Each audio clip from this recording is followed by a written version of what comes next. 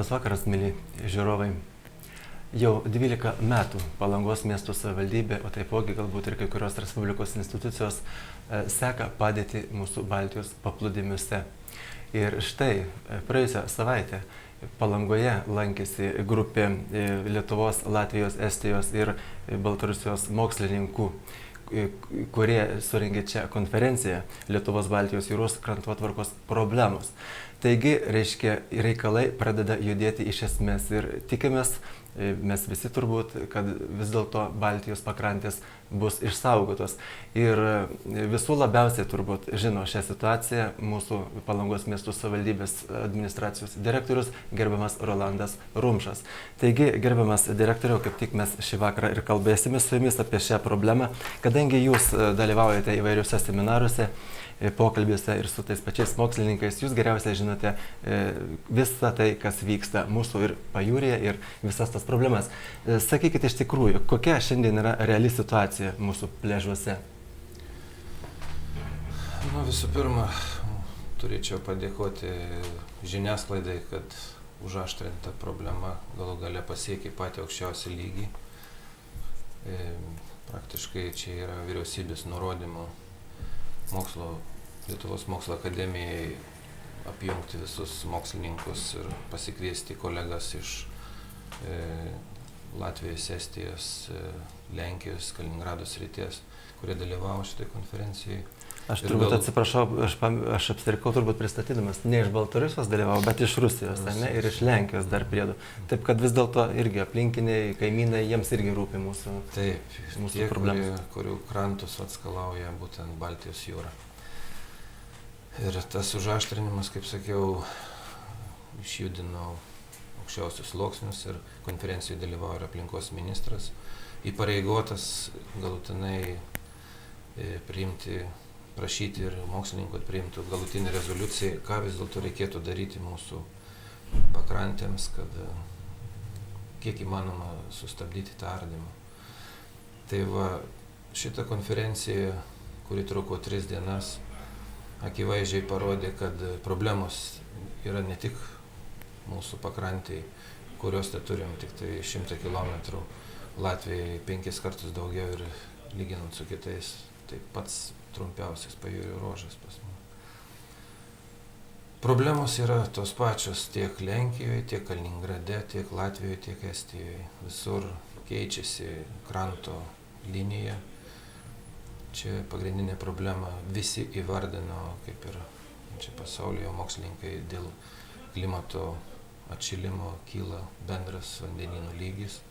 Tai Baltijos jūroje irgi vanduo tokiu pat lygiu pakilo, tai yra, skaičiuojam, kad 13 cm per paskutinį amžių, nuo praeito amžiaus pradžios iki dabar.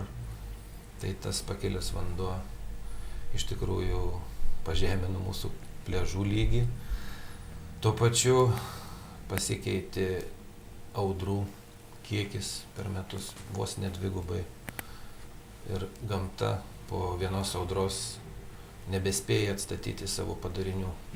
Pati, kaip būdavo anksčiau, tas smėlis kažkuria dalim visą laiką sugrįždavo. Tai mokslininkai pagrindinės priežastis vis dėlto įvardija per didelį žmogaus kišimąsi į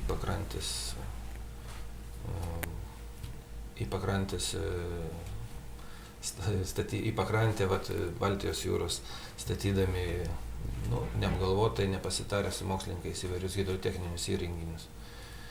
Išbandė Lenkai irgi molais stabdyti, būnomis stabdyti tą smėlio migraciją. Bandė ir bangolaužių statyti. Iš tikrųjų, per paskutinius 20 metų rezultatų gerų nepasiekė nei viena šalis, kuri bandė gelžbetoniu ar kitokiais būdais suvaldyti tą Baltijos jūros audringą vandenį. Ir tie mokslininkai iš esmės priėjo vienintelis išvados, kad geriausia, kas šiandien reikalinga Baltijai, tai papildyti trūkstamo smėlio, kurio stygių jaučia visos šalis, kurias minėjau pradžioje, kurios dalyvavo konferencijoje. Ir problemos yra ne vien tik tai mūsų pusėje Baltijos, bet ir kitose šalyse, nes pasikeitė ir jūroje vyraujančios srovės.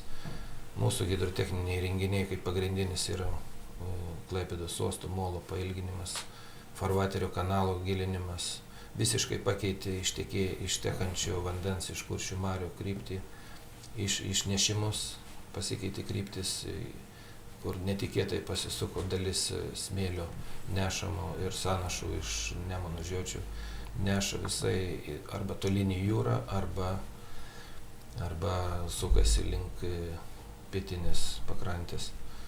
Ir farvateris išgilintas tiek, kad praktiškai visas migruojant smėlis nuo Kuršių nerijos išilgai iš pietų į šiaurę praktiškai nebeperlipa šito barjero. Ir kasmet išvalant farvaterį apie 150 tūkstančių, 200 tūkstančių kubinių metrų smėlio yra išplukdoma giliau į jūrą.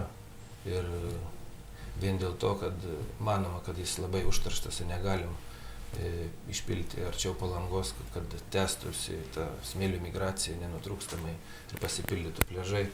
Tai šiuo metu apie 600 tūkstančių kubinių metrų smėlio iš uosto farvaterio yra palaidota, taip galim sakyti, nepajudinamai apie 40 metrų gylyje toliau nuo jūros vartų. Ir iš ten jau jūra savo jėgomis jo nebeišjudins ir praktiškai jis kaip be žmogaus jis nebegalės sugrįžti į krantą, kaip jis pastoviai kasmet pasipildydavo tas išnešamas Palangos pliažų, Karklės, Melnragės, Šventosios uosto smėlis. Taip.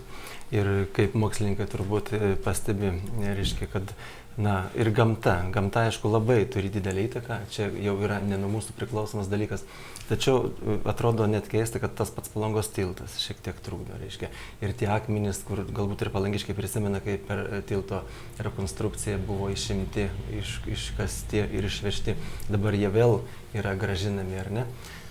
Ir reiškia, tai mes šiais atvejais galim prisidėti šiek tiek. Tačiau reiškia, vis dėlto yra ir kitų dalykų, kurie turbūt, mes turbūt tikimės, kad mokslininkai vis dėlto padarys išvadas galbūt daug gilesnės ir čia dideli pinigai vis dėlto turėtų būti skiriami tam atstatymui, ar ne? Taip, pinigų valstybė ir numačius pakankamai, kad galėtumėm pilnai sutvarkyti išplautus pliažus, sutvarkyti kopas ir atstatyti priekrantės zonoje smėlio kiekį, kuris privalo būti, nes pati gamta priekrantės zonoje formuoja natūralius gamtinius bangolaužius, kurie gesina bangas jau 100 metrų ir daugiau atstumų nuo kranto ir bangos iš tikrųjų neturėtų pasiekti kopų. Šiuo metu smėlio deficitas privedė prie to, kad tie natūralūs bangolaužiai, taip vadinami mokslininkų sekliai, kaip esam anksčiau brisdami gilyn į jūrą, giluma, sekluma, tai 3 bangolaužiai susiformuoja natūraliai. Pati jūra iš smėlio, pati savo, kad neardytų kranto, sukuria savo bangoms lupinti įrenginius. Tai ir mokslininkų toks vienas iš prioritetų būtų rasti smėlio atsargų ar panaudoti tas, kur dempingavo Klaipėdos jūrų uostas jūroje, susiurbti ir vežti, pilti į priekrantę ties išplautom Palangos pliažų vietom tiesiai ant kranto arba priekrantėje ir pati jūra sutvarkys pliažą, išrūšiuos smėlį pagal grūdelių dydį, koks smėlis turi būti ant kranto, koks priekrantį, koks giliau. Taip. Tai natūralus procesas. Bet tai yra labai didelis turbūt darbas, kiek aš suprantu, kadangi ir kada jis gali būti atliekamas vasarą poilsiautojui, tai čia turbūt kitais metų laikais. O kitais metų laikais, irgi vėjai, o jo labiau žiema. Ir kaip su tuo? Teks susitaikyti su to, kad dalį darbų vis dėlto reikės vykdyti vasaros metu, kai jūra nėra audringa ir normaliai galės prie kranto priplaukti plokščiadugnės žemas grimzlės baržos. Vieną laivą planuoja įsigyti specialų būtent kaip žemsiurbė ir pervežimui smėlio Klaipėdos jūrų direkcija. Ir būtent jau tokiam lygiai atkreiptas dėmesys, kad reikalinga speciali technika. Ir šitokiu būdu mažiausiai bus pakenkta gamtai ir nebus problemų, kad pastačius, pavyzdžiui, būna vienoje vietoje sutvarkysim, kitoje vietoje atsiras nauja problema. Antrų prioritetų vis dėlto mokslininkai mini, kad reikia atstatyti kiek įmanoma būną buvusią šalia naujojo tilto. Iš akmenų. Iš akmenų, nors ten kiekis akmenų nedidelis buvo išvežtas apie 6-7 procentai visų akmenų, bet kai ištraukė visus polius, kurie įrėmino visą tą būną, didžioji dalis akmenų išsisklaidė ir neatlieka, visiškai praktiškai neatlieka tos funkcijos, kad stabdytų migruojantį smėlį, ir dėl to buvo išplauta dalis ir moterų pliažų, būtent šiaurinė pakrantės. Taip, ką tik ir norėjau paklausti, reiškia, kurioje vietoje labiausiai yra, reiškia, pažeistas tas kopas? Ten, kur žmogus ranką pridėjo, ten, pavyzdžiui, kur... Čia pačia mūsų centre, reiškia, pačioj lankomiausiai žmonių vietoje. Lankomiausiai vietoje, iš karto atsiliepė per keletą metų ir atsirado išplovimai, iš karto keičiasi kranto linija ir smėlis nebesustabdomas, nepasipildo.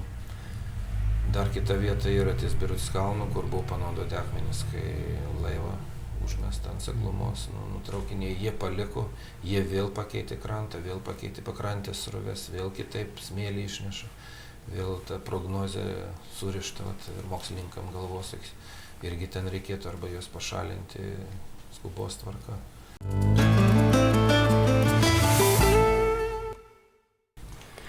Ir po to, kiek žinau ir iš spaudos, reiškia, kad mokslininkai yra pastebėję, jog yra per mažai dėmesio skiriama augalijai. Pajūrio augmenija padengta vos 10 procentų kopagūbrio mūsų. Ir nyksta tokie augalai kaip zunda, pajūrinis pelėžirnis. Kaip šitoj sferoje, kodėl šitie dalykai nyksta mūsų šie augalai? Aš pasakysiu tą pagrindinę problemą, kad valstybė tik dabar suprato, kad kompleksiškai netvarkant mūsų priekopių, kopų ir visos pakrantės struktūros, mes neišgelbėsim ir negalim numesti ar savivaldybė, ar apskričiai vienai spręsti šitą dalyką. Ilgą laiką vyriausybės, kiek jų bebuvo, nekreipė dėmesį į mokslininkų pasiūlymus, nekreipė dėmesį į agronomų ir taip toliau miškininkų pasiūlymus, ką reikia daryti.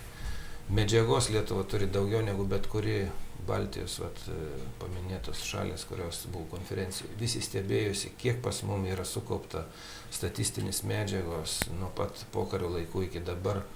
Į kiekviename ruože yra tiek tiksliai viskas ir išmatuota, ir paskaičiuota, ir atstumai, ir gyliai, ir storiai, ir audros užfiksuotos, kiek išplauta.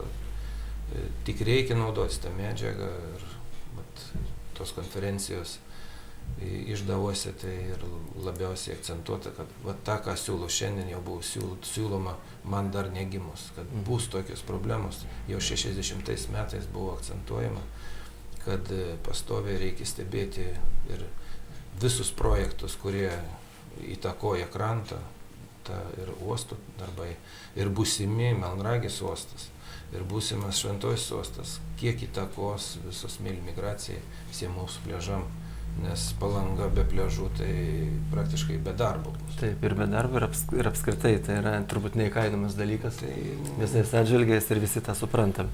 Tačiau, ką galim pasakyti, mes galim turbūt pasidžiaugti tuom, kad vis dėlto ta konferencija, toks mokslininkų susidomėjimas jau po tiek metų turbūt pirmasis šiemet ir visai neseniai, kaip sakiau, įvykas. Taip, kad vis dėlto mes turim didelės vilties, kad kažkada tai darbai pajudės. O kada jie pajudės? Kada jūs manimu galime mes laukti šitą? Šią savaitę bus pateikta, gal jau rytoj ar poryt, kiek aš žinau, Mokslo akademija pateiks šitos konferencijos rezoliuciją su visais prioritetais, ką pirmą eilę daryti ir kiek tam pinigų skirti ir kur būtiniausi darbai, grafikai ir būsimas monitoringas, stebėjimas, kaip veikia aplinka priimtos priemonės. Ir aš manau, čia netidėliotinai iš tikrųjų vyriausybė turi įpareigoti aplinkos ministeriją įgyvendinti, nebijant, kaip iki šiol bijojo, kad nieks nenori dėti parašą, nenori būti atsakingas būtent už tą priemonę, kuri galbūt paskui pasiekmių kokio atneš. Pakankamai medžiagos, pakankamai mokslininkų nuomonės, kas mažiausiai įtakoja, mažiausiai žalos darys, tokius darbus darom pirmiausia, stebim, kaip keičiasi krantas. Jeigu dar reikia papildomų, kad ir laikinų hidrotechninių renginių statom juos, gaudom smėlį, ieškom smėlio atsargų, pildom pliažus, platinam tiek, kiek, kad pasimaitintų priekrantės, suformuotų natūralūs bangolaužiai, atsistatytų pliažų pločiai, tvirtinam kopas, maitinam, kur reikia išplautas kopas, neleidžiam renginių vykdyti, apsodinam, apželdinam, kas auga ant tų kopų, maksimaliai išnaudoti. Pavyzdžiui, šiais metais mes galėtume įsisavinti, kiek ir skiriama 5,6 milijonų. Tai dideli pinigai, aišku, jų neįsisavinsim, bet tas dėmesys vien tik, kad pinigai surasti ir be problemų gali būti naudojami, tik reikia teisingai juos nukreipti su didžiausia nauda. Taip, nes jūs šiandien dar turbūt nežinot, kaip ką daryti, todėl kad neturit reikalingų, reiškia, patarimų tokių mokslininkų, reiškia, pirmiausia. Mokslininkai jau išsakė, mes juos padrasnam, visi dalyvauja ir Seimo nariai, ir drąsiai rašyti rezoliucijai ir kiek įmanom griežčiau reikalauti, nes neteksim tikrai brangiausių turtų, kad esam jūrinė valstybė, gulėsim ant medinių gultų. Taip. Ir jeigu taip paprastai liaudiškai sakant, tie žmonės, kurie žiūri mūsų laidą, aš manau, kad 2-3 metų laikotarpį, ar tai būtų realu, kad, reiškia, įmanoma taip jau per tokį terminą sutvarkyti visą tą mūsų pajūrį, pakrantę? Taip ir planuojama. Jeigu šiais metais ir visų neįsisavintumėm pinigų, kitais metais irgi numatyti dar 2,5 milijonų, dar sekančiais dar 2 milijonai, iš viso virš 10 milijonų litų vien krantotvarka ir kasmetinis monitoringas, stebėjimas dar po 0,5 milijono bus. Pastoviai stebėti, kas vyksta ir tos tvarkyti kopas ar dar kažką.